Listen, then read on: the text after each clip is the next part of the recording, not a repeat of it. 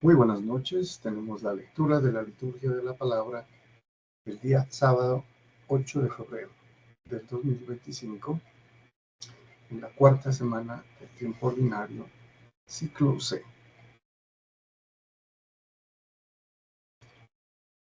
Vamos a nuestro misal popular de Paulinas, que ya tenemos en pantalla. Celebramos a San Jerónimo Emiliano, presbítero. Aquí en Pasto creo que todavía tienen su apostolado en la cárcel de menores, ¿no?, del Santo Ángel. Los somascos se llaman. Bueno, él es el fundador, obviamente, de esta comunidad de padres somascos, San Jerónimo Emiliano. Bueno, vamos a la primera lectura. Tenemos la continuación, ¿no? Continuamos con la carta a los Hebreos, capítulo 13, versículos del 15 al 17 y del 20 al 21. Este sería ya el último capítulo de la carta. Nos dice el autor de la carta a los Hebreos, ¿no?, que podría ser San Pablo. Hermanos, por medio de Jesús, ofrezcamos continuamente a Dios un sacrificio de alabanza, es decir, el fruto de unos labios que confiesan su nombre. Bueno, hasta aquí. Habría que observar que estamos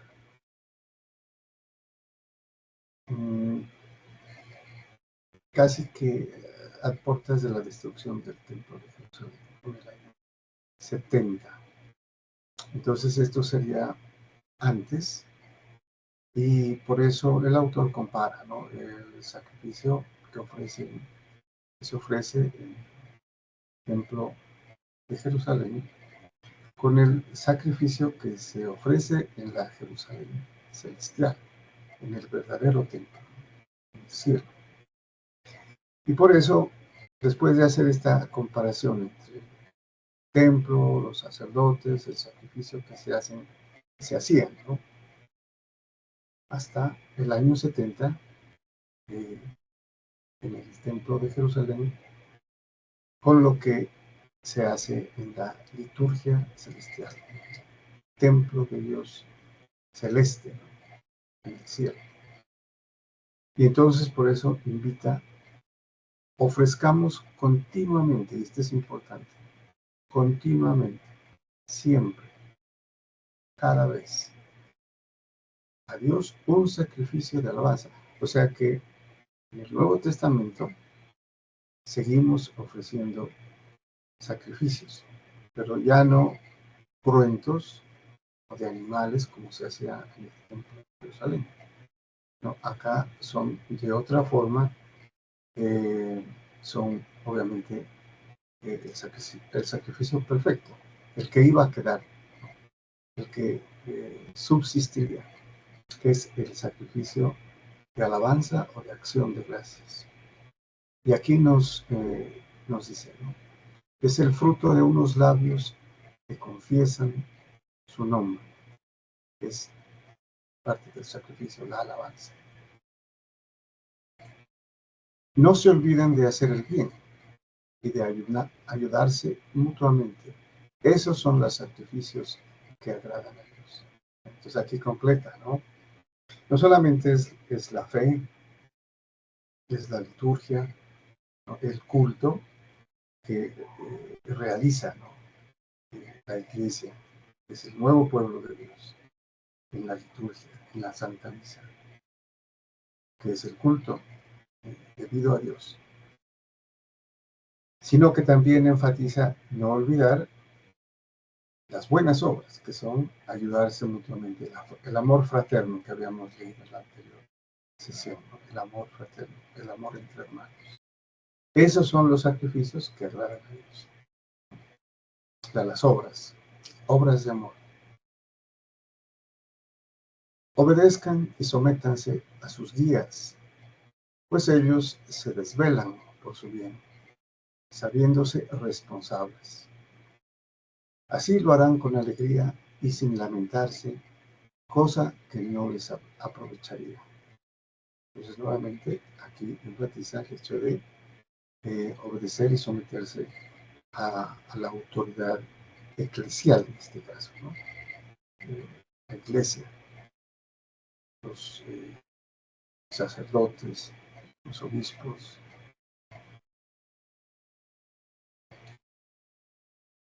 Que el Dios de la paz, que hizo retornar de entre los muertos al gran pastor de las ovejas, Jesús, Señor nuestro, en virtud de la sangre de la alianza eterna, los confirme en todo bien, para que cumplan su voluntad, realizando en nosotros lo que es de su agrado por medio de Jesucristo.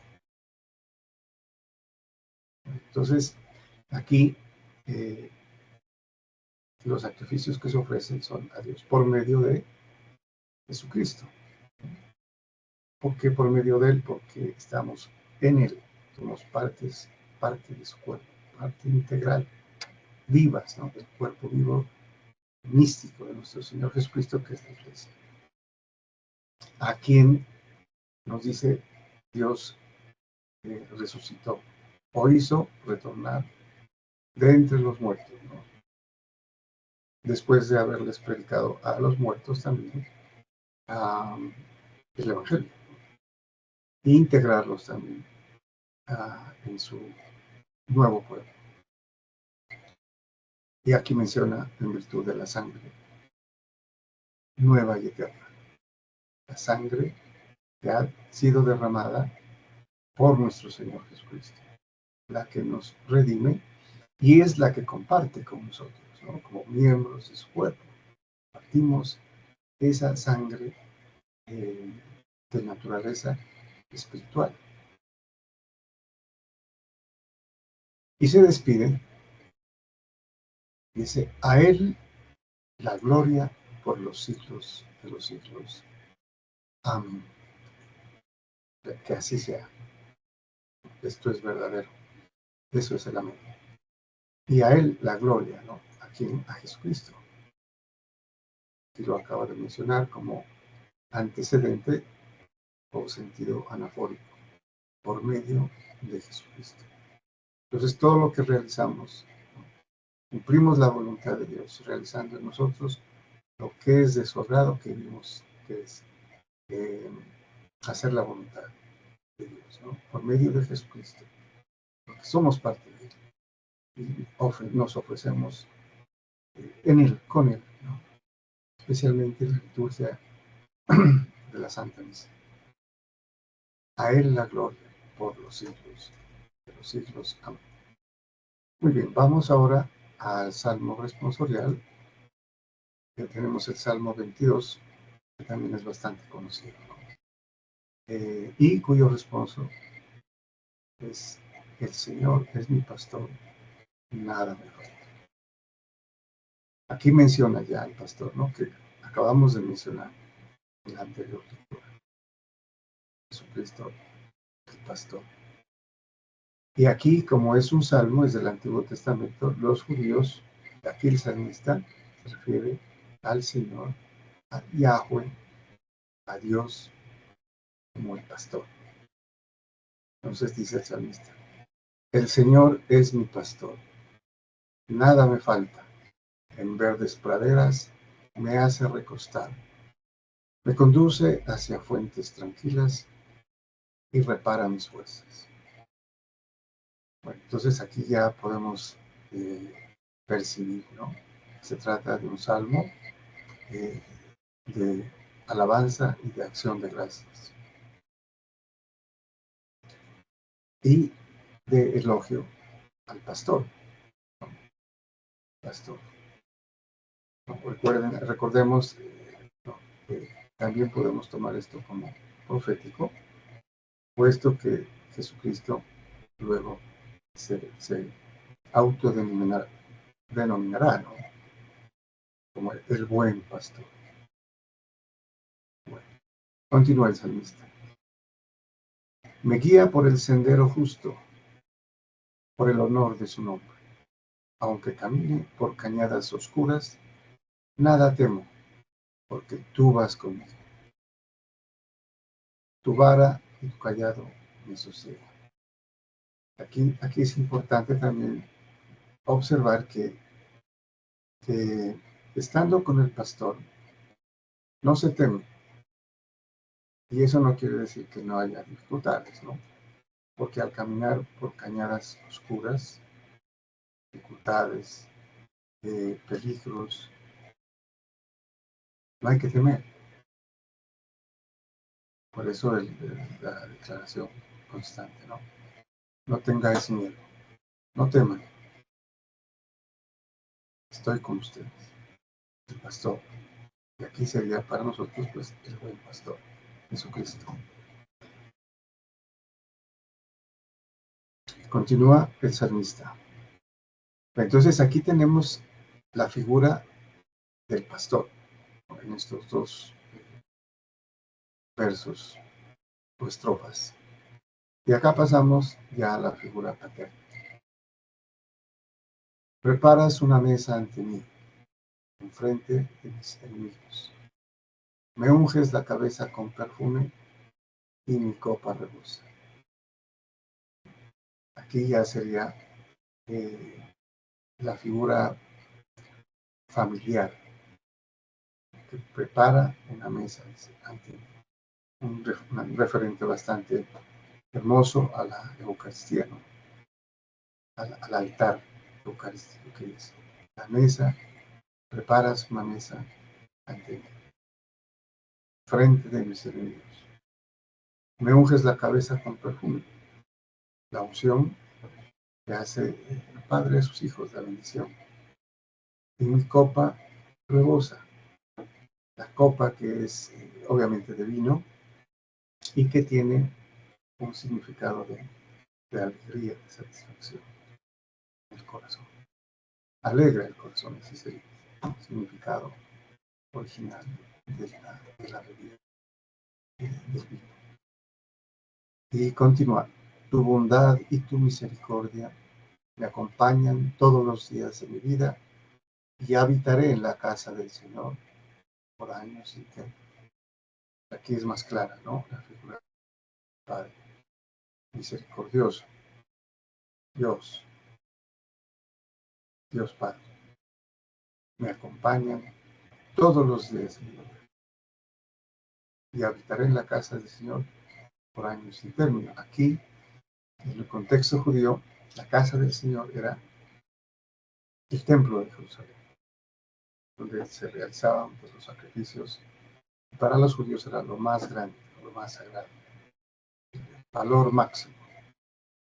Y habitaré es hacer parte, porque ahí estaba Dios, ahí habitaba Dios. El santo de los santos era donde Dios permanecía. Y por años sin término. También proféticamente, mesiánicamente, escatológicamente, ¿no? Especialmente el verdadero templo, el cielo, la patria celestial. Muy bien, vamos al Evangelio y continuamos desarrollando el Evangelio según San Marcos. Tenemos el capítulo 6, versículos del 30 al 34. Nos dice San Marcos. En aquel tiempo los apóstoles volvieron a reunirse con Jesús y le contaron todo lo que habían hecho y enseñado. Bueno, también importante, ¿no? Recuerden, los envió de dos en dos, les dio instrucciones, autoridad, ¿no? Para sacar demonios, expulsar demonios. y las demás curaciones de los enfermos. Pero especialmente enseñar sobre el reino. Está cerca el reino. Arrepientas y convierte. Entonces, llegaron, obviamente, podemos imaginarnos, alegres, contarle por todo lo que habían hecho y enseñado. Y él les dijo, vengan ustedes a solas a un lugar desierto a descansar un poco. Vemos aquí la compasión, ¿no? Todo, en esta oración, en esta proposición, vemos que Jesús entiende lo que han hecho y sabe lo que han hecho, ¿no? El esfuerzo que han realizado. Y posiblemente no haya sido después de un día, ¿no? Posiblemente más. Y él les dice, vengan a un lugar desierto a descansar un poco. Porque eran tantos los que iban y venían que no encontraban tiempo ni para comer.